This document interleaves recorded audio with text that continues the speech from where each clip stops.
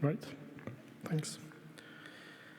Okay, so here we look into the relation between tempo and quantum, and this is joint work with my co-author Eva Beaujean.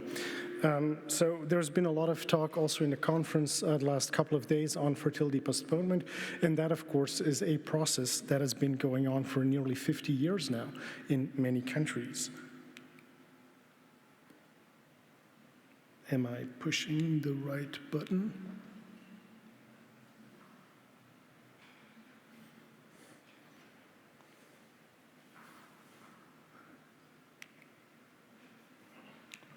Okay, so there we are. So it's a process that has been going on for like 50 years in many countries. And so initially it started when first ages or mean ages at first birth were still very young. And so in the early stages of the postponement transition, the late entry into parenthood had limited quantum implications because there was still a long time frame where first birth probabilities remained fairly high. And initially we saw that the first birth probabilities at older ages also increased as selectivity of risk sets in these older age groups decreased. However, in more recent cohorts, the number of women postponing family initiation or initiation of family formation until late 20s or even early 30s has further increased. And of course, that leaves a shorter time with a period consistently characterized by lower birth probabilities. And we also find that first birth probabilities have stabilized in recent cohorts. So here, this figure shows conditional first birth probabilities by age over successive birth cohorts in Denmark, Sweden, the Netherlands, and Spain. And two things can be noted from this graph. First is that age schedules really shift laterally into the older age groups over subsequent birth cohorts. And then second, the decrease of first birth probabilities at younger ages, so the decline early in the schedule, is no longer compensated by an increase of first birth probabilities at later ages in more recent birth cohorts. This is something that you can see more readily by considering time series of first birth probabilities at later ages. And here we selected ages 35, 40, and 43. And so here we plot them across birth cohorts, showing that first birth probabilities at later ages have started stabilizing in more recent cohorts. Apart from first births, if we consider cohort completed fertility, there is also the effect to take into account that later ages at first birth affect the probability of progression to higher order births.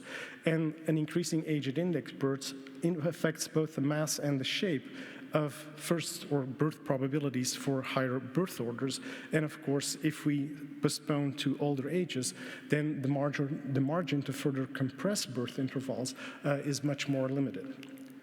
So here you see a graph, a 3D graph, and basically what you have, and here I have to pick out the pointer, these are second birth probabilities classified by duration since the first child, so that is this dimension, but then differentiated also by the age at which women had the first child. And what you see is that when women were fairly young when having their first birth, that the schedule of first birth is fairly elaborate because there's still a lot of time to have a second child. But as we move on to older ages at first birth, that second birth schedules are contracted, and that probabilities of having a second child in the first years after the first child increase, and then rapidly decrease as the age at index birth is later than the late 20s or early 30s. So this is an important pattern that has to be taken into account. This is for second births, but we see something similar here for third births. Okay, so a negative association between first birth delay and cohort completed fertility is generally accepted, but quantifying the association is empirically challenging. So a change over time or spatial variation in timing of fertility would typically coincide with variation in economic and social and cultural determinants that would also affect cohort completed fertility. So there's a bit of an identification problem going on mostly. So the aim here is to estimate a compartmental hazard in microsimulation model which quantifies the effects of age, parity, age at index birth, duration since index birth, and then also the interactions between these multiple clocks that we just saw in a single birth cohort. And then we use the simulation model to simulate counterfactuals, and we look at the effect of a further translation of the first birth schedule to older ages, and to look at the effect on completed cohort fertility under a reproductive age constraint.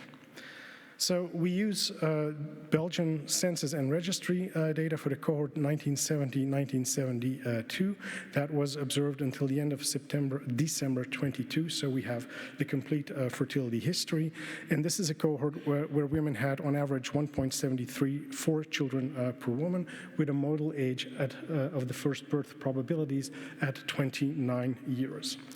Here, for model calibration, we omitted late entry and mortality between ages 15 and 50, which hardly has an impact on completed fertility, so the subsample is not selective, leaving us with 170,000 women having over 300,000 births during 6 million person years. Childlessness is limited to 16%. There's a frequent progression to second births of approximately 73%, and there is a lower progression to third births of approximately 35%. We model it using a compartmental hazard model and then a microsimulation model that includes parity dummy variables to activate specific model compartments. I call it a demographic null model because basically the number of parameters included in the model is hardly more than the 35 that you need to calculate a cohort TFR. And so basically for first births, I have to point that way, I think, somewhere. So for first birth, we just have a polynomial of order 8. But then for first births, we take into account the duration, the second births, we take into account duration since first birth, the age at first birth, but we also include the interaction between duration and age at first birth to model the contraction of schedules that we saw in the figure earlier. And basically, this compartment is parameterized separately for all birth orders up to the 8th birth order.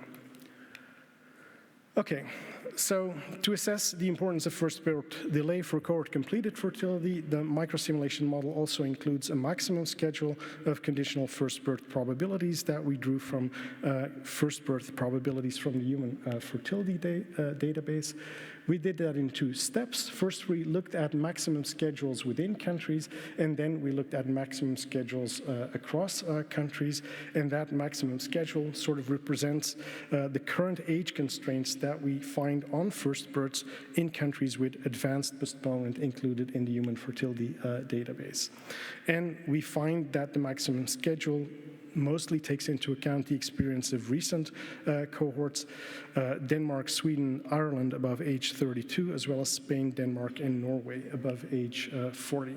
So basically, this is the maximum schedule that is included in the simulation to cap first birth probabilities as we translate schedules to later ages. Okay, so how is the model performing? Basically, first birth probabilities are reproduced by the model quite well. And here you see cohort parity progression to a first birth conditional on postponement to a given age X. And here we see that the probability of having a first child rapidly decrease when you postpone up to ages 27, 28, 29. The model also does nicely for higher order births, but what is more interesting here is that the simulation model also reproduces this contraction of second birth schedules depending on the age at index birth. So this comes out of the simulation and is, of course, quite similar to the figure that we saw earlier. And what is important is that the model reproduces what we see in the actual cohort, that the proportion of women having a second child decreases very rapidly when the age at first birth goes beyond age 27. And that is despite the contraction of birth intervals that we also see after age 27. Then we have a similar pattern for third births, again with third births declining despite a contraction of birth intervals, and similarly for fourth births, again declining proportions of women as they are older when having a third child, again despite the contraction of birth intervals. So finally, we come round to the counterfactual. Here we translate the first birth schedule to later ages by 1 to 10 years, and then at later ages, the first birth probabilities are increasingly capped by the HFD maximum that is incorporated into the simulation. So here, for the actual data of the cohort, we see that basically the schedule does not interfere with the maximum schedule from the human fertility database, but if we start translating the schedule here by 7 years, we see that some of the probabilities start getting capped by the maximum. Okay, what results does that give? In the actual birth cohort, we have a TFR of 1.74, 83% of women having a first child, 60% having a second birth, and 21% having a third birth. If we translate the schedule up to age 33, we immediately see a decline in cohort completed fertility by 0.07 children per year. And we find that the decline in cohort completed fertility accelerates if we translate the schedule past the age of 34, because then we have increasing childlessness on top of the declining progression to second and higher order births. So conclusions. In this case, the microsimulation model only considers demographic variables, age, parity, age at index birth, duration since index birth, and the interaction between these clocks in tandem with this reproductive age constraint to simulate the impact of continued first birth delay on childlessness, parity progression, and cohort completed fertility. What we find is that the translation of the first birth schedule past the model age of 29 is associated with strong reductions in cohort completed fertility through reduced parity progression, and that is for translation up to age 33, and then further acceleration after the age of 34 as a result of an increasing childlessness. And it is important to note, and that is different from results that were mentioned yesterday from Habema, for instance, that here we model postponement through a translation of the QX schedule, which preserves population heterogeneity in ages at first birth, and that, of course, results in a slower reduction of cohort completed fertility with first birth delay, then a decline in cohort completed fertility conditional on first birth delay up to a given age. And that explains the somewhat different result than, for instance, the paper by Habema. Then finally, the results of the simulation here cannot be compared to or transposed to period mean ages at childbearing and period TFRs, as the latter do not adequately control for parity structures, nor for the interaction between the multiple time clocks that are considered here in the microsimulation. And so these simple period measures of fertility are typically deflated compared to cohort completed fertility as a result in situations of postponement. So I think this is really a null model, and the compartmental hazard model and microsimulation model allows to consistently model cohort completed fertility using a single equation. I put cohort in parentheses here because we also use it for modeling period fertility, and actually the microsimulation model feeds into population projections that we make in Belgium. So it can model the entire fertility using a single equation, and of course, given that it's a microsimulation and hazard model, it allows to incorporate economic, social, and cultural determinants of timing and intensity of entry into parenthood, but also progression to higher order births, birth intervals, and completed fertility. Thank you.